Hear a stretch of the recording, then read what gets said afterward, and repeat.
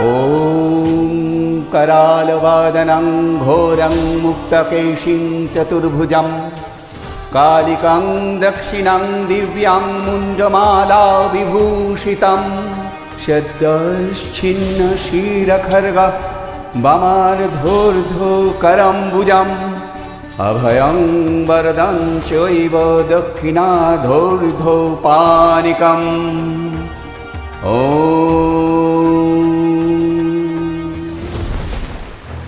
हिंदू सुरक्षा समिति कर्तृक आयोजित श्री श्री कालिका मातार पूजा मंडपे आगत सकल दर्शनार्थीके जानाई शुभ दीपावलीर आंतरिक प्रीति और शुभेच्छा।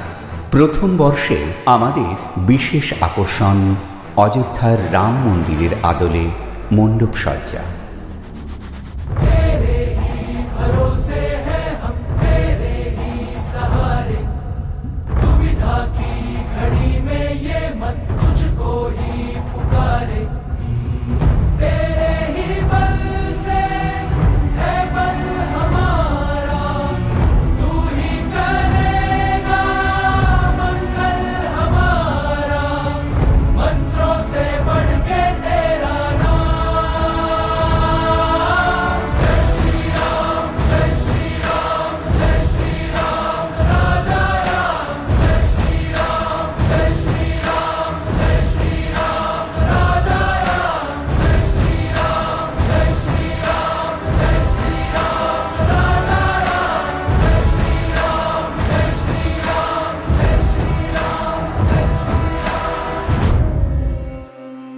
सुदीर्घ 500 বছরের নিরবিচ্ছিন্ন সংগ্রামের ফলস্বরূপ অযোধ্যার ভব্য রাম মন্দিরে আজ স্বমহিমায় বিরাজমান মর্যাদা পুরুষোত্তম শ্রীরাম।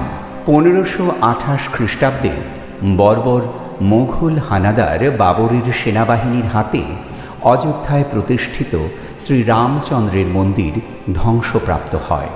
বাবরের সেনাপতি মীরবাকি বিজয়ের প্রতীক হিসেবে সেই ধ্বংসপ্রাপ্ত মন্দিরের কাঠামোর ওপরেই বাবরি মসজিদ গড়ে তোলে।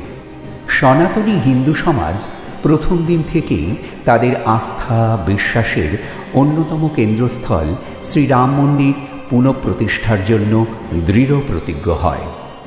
1885 সালে প্রথমবার মহন্ত শ্রী রঘুবীর দাস রাম মন্দির পুনঃপ্রতিষ্ঠার জন্য ফৈজাবাদ আদালতে মামলা দায়ের করলে মহামান্য আদালত সেই মামলা খারিজ করে দেয়। পরবর্তীতেও বিভিন্নভাবে মন্দির পুনর্নির্মাণ করার চেষ্টা চলতে থাকে।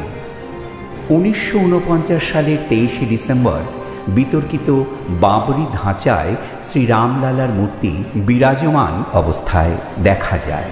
1950 সালে তৎকালীন বিতর্কিত স্থানে পূজা অর্চনা জারি রাখার জন্য শ্রী গোপাল বিশারদ এবং শ্রী রামচন্দ্র দাস দুটি পৃথক মামলা দায়ের করেন।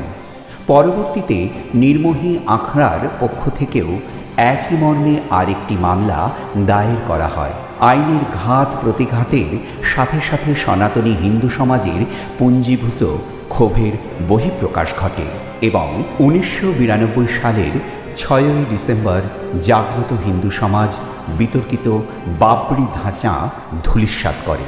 সুদীর্ঘ আইনি সংগ্রামের পর 9ই নভেম্বর 2019 তারিখে মহামান্য উচ্চ আদালত রাম মন্দির নির্মাণের সপক্ষে রায় প্রদান করেন এবং 2020 সালের 5ই আগস্ট রাম মন্দিরের ভূমি পূজা সম্পন্ন হয়।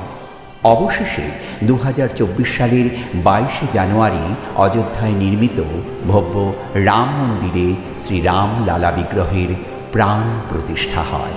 500 বছরের আপোষহীন এই লড়াই ধর্মের জন্য হিন্দু সমাজের কঠোর সমর্পণের প্রামাণ্য দলিল হয়ে রয়ে যাবে।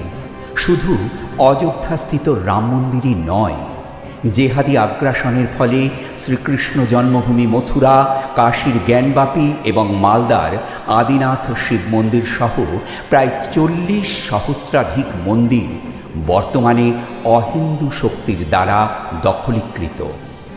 আজ এই পূজা প্রাঙ্গণে দাঁড়িয়ে গণতান্ত্রিক উপায়ে এই সকল মন্দির পুনরুদ্ধার করার অঙ্গীকার করুন। শ্রী লালকৃষ্ণ আডবাণী, শ্রী অশোক সিংহল, বাবা রাম ভদ্রাচার্য, প্রবাদ প্রতিম আইনজীবী শ্রী কেশব পরাশরণ সহ রাম মন্দির পুনঃপ্রতিষ্ঠায় যে সকল মহামানব সক্রিয় অংশগ্রহণ করেছিলেন এবং রাম কোঠারি ও শরৎ কোঠারি সহ যে সকল সনাতনী যোদ্ধা রাম মন্দির প্রতিষ্ঠার নিমিত্তে প্রাণাহুতি দিয়েছেন, তাদের শ্রীচরণ কমলে হিন্দু সুরক্ষা সমিতি পরিবার নতমস্তকে প্রণাম জানায়। শুভায়ু।